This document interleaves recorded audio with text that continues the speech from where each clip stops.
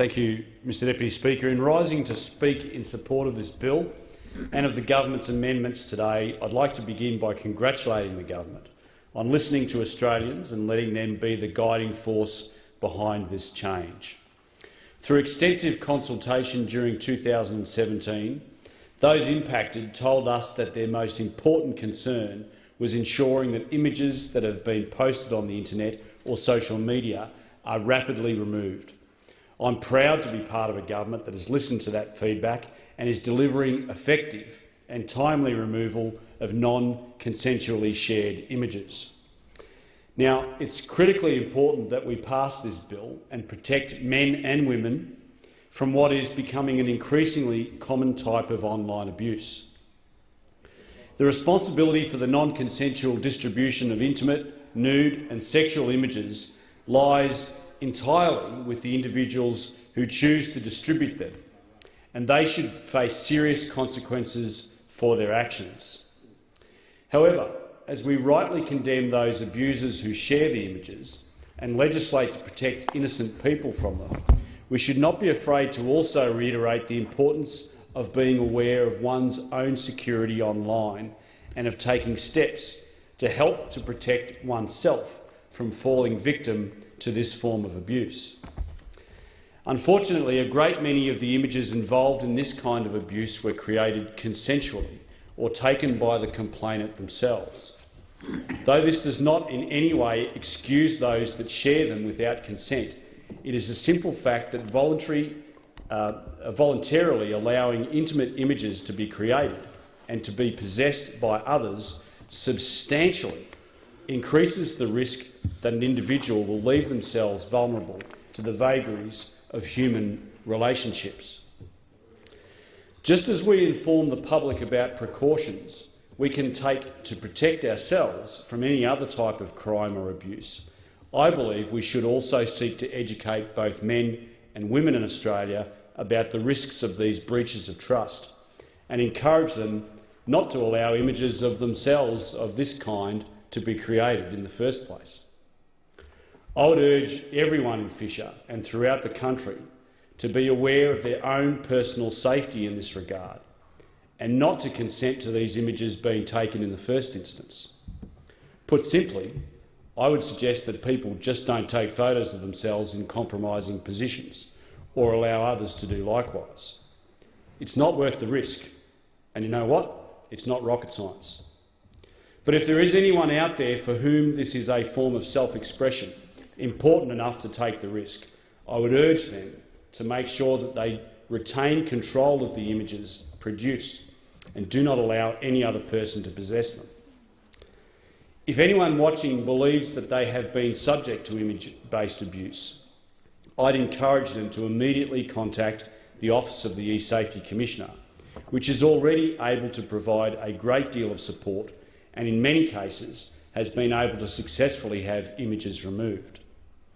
Since early 2018, the E-Safety Commissioner's Office has received 217 reports of image-based abuse involving 349 separate sharing locations.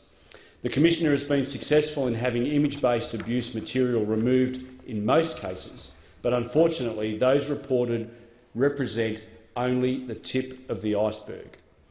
Research by the Royal Melbourne Institute of Technology University has found that 1 in 5 Australians aged between 16 and 49 have experienced the non-consensual sharing of intimate images. Unfortunately, as many as 1 in 2 people with a disability are affected. Younger Australians are also particularly highly represented in this group, with 1 in 3 teenagers aged 16 to 19 and 1 in 4 people in their 20s being adversely affected. These statistics only include those who have discovered that their images have been taken and distributed, and chances are there are many more where they haven't been discovered.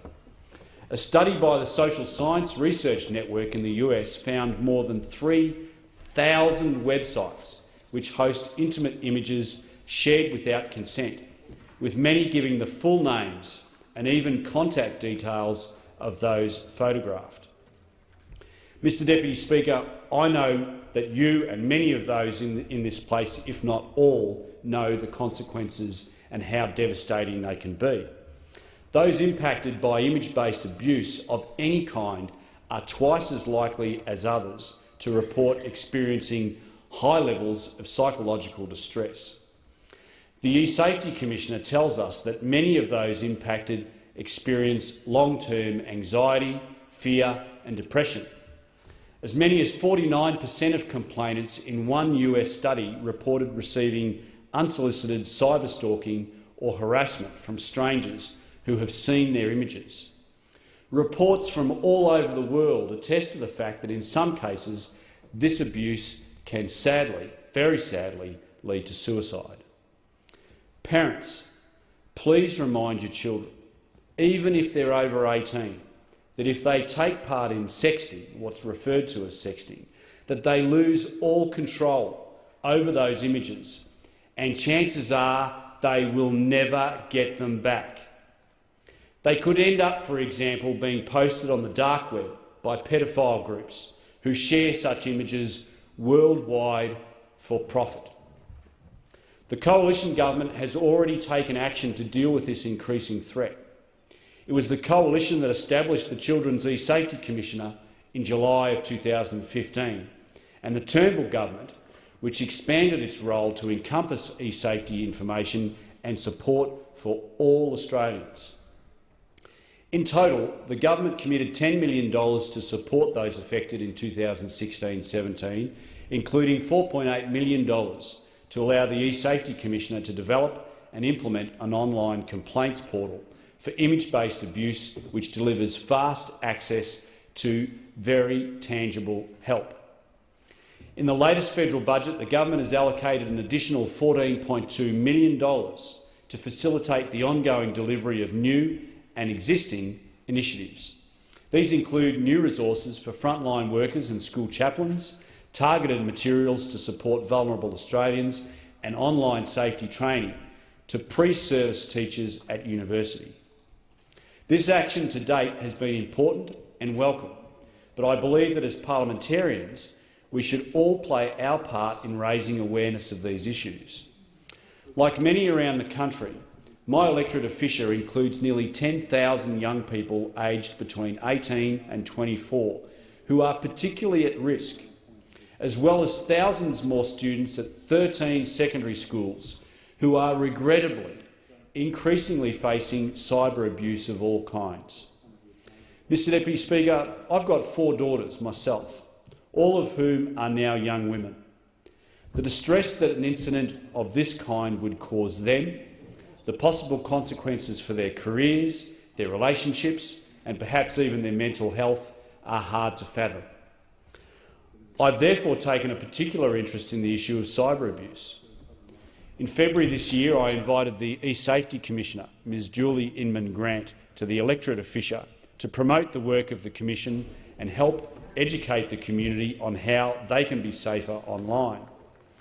Julie spoke at my event at Kawana Waters State College about cyber abuse of all kinds and provided advice on how they can report it.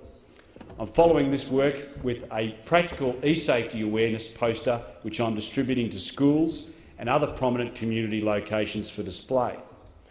I've worked with the relevant ministers to explore what more we can do to criminalise the worst forms of cyberbullying and have met with the Prime Minister's generous support with the world's leading social media companies to seek change at a corporate level.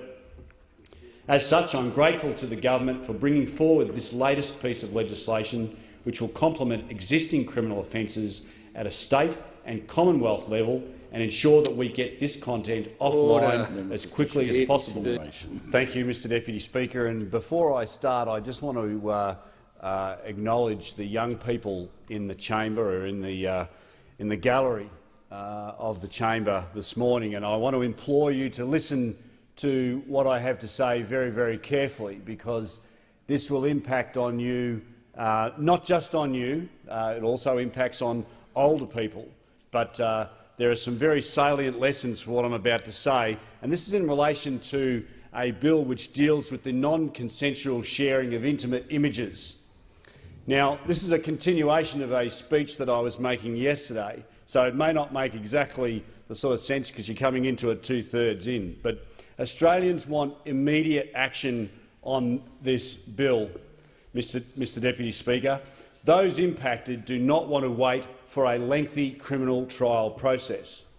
In general, their first priority is not a criminal conviction, but getting wrongfully shared images removed from public display as quickly as possible. And if possible, they want to prevent the images from being posted in the first place. And if you don't want images posted of you, intimate images posted of you, don't take intimate images of yourself or allow intimate images to be taken of you. As the Minister has outlined in detail, this bill will achieve that with significantly expanded civil powers for the E-Safety Commissioner, and by sending a clear message that this behaviour will result in swift and substantial penalties, that is, the non-consensual sharing of intimate images. At every stage, without interfering with or disrupting existing state and Commonwealth criminal powers, it will act to prevent offences and help to get content removed immediately. First, it will provide a significant deterrent for anyone considering sharing such an image, with penalties of up to $105,000 for an individual perpetrator and $525,000 for corporations. This is 3 times greater than the existing financial penalty for similar offences under the Criminal Code. Further, the government's amendments this morning will nearly double the maximum prison sentences for anyone who uses private sexual material in the course of menacing or harassing a victim online. Second, where an individual is threatened to share an image of this kind, the bill allows a complaint to be made directly to the E-Safety Commissioner, who can take action within hours. The Commissioner would be able to issue an immediate remedial direction to the potential perpetrator, requiring them not to share the image as threatened. An infringement notice would be available as an option to be issued for even making the threat, while the bill also allows the Commissioner to seek a court injunction to prevent the sharing of the images once and for all. Where an image has already been shared, the bill allows complaints to be made directly to the E-Safety Commissioner and for the Commissioner to issue removal notices, not only to perpetrators but, importantly, to the social media services, websites and content hosts who facilitate the sharing. These notices would require the images to be taken down within 48 hours. Finally, in the case of ongoing offences where perpetrators have multiple complaints, where they've ignored notices to remove the content or where the perpetrator has repeatedly offended, the bill allows the Commissioner to seek a civil penalty order in the federal court for the full 6-figure sums I previously stated. Deputy Speaker, this is what Australians want. We know because across months of consultation on this issue, they told us in no uncertain terms. Complainants want as many of these offences as possible to be prevented, and where they have occurred, they want the content taken down within hours. With a series of pragmatic civil powers informed by stakeholders' feedback and granted to the agency, which is already achieving great things in this field, that is what this bill delivers. Now, Mr Deputy Speaker, yesterday when I delivered the bulk of my speech, there was a lady in the gallery who was sitting in and watching proceedings, and she was a victim of these heinous offences. And where someone has been taken advantage of as an adult, where in instances where they haven't taken a photo of themselves or allowed to be a photo to be taken of themselves, where the person is absolutely innocent of or even wasn't even reckless in their behaviour, but someone took advantage of their particular circumstance. This is what this bill will do. This bill will counter that sort of conduct, and it will hopefully change the culture of some in our community that this behaviour is absolutely unacceptable. And we collectively, this parliament, courts, will throw the book at these people and impose very significant penalties on them. This bill will ensure that that sort of content has the ability to be taken down very, very quickly, as is only appropriate, and I commend the bill to the House.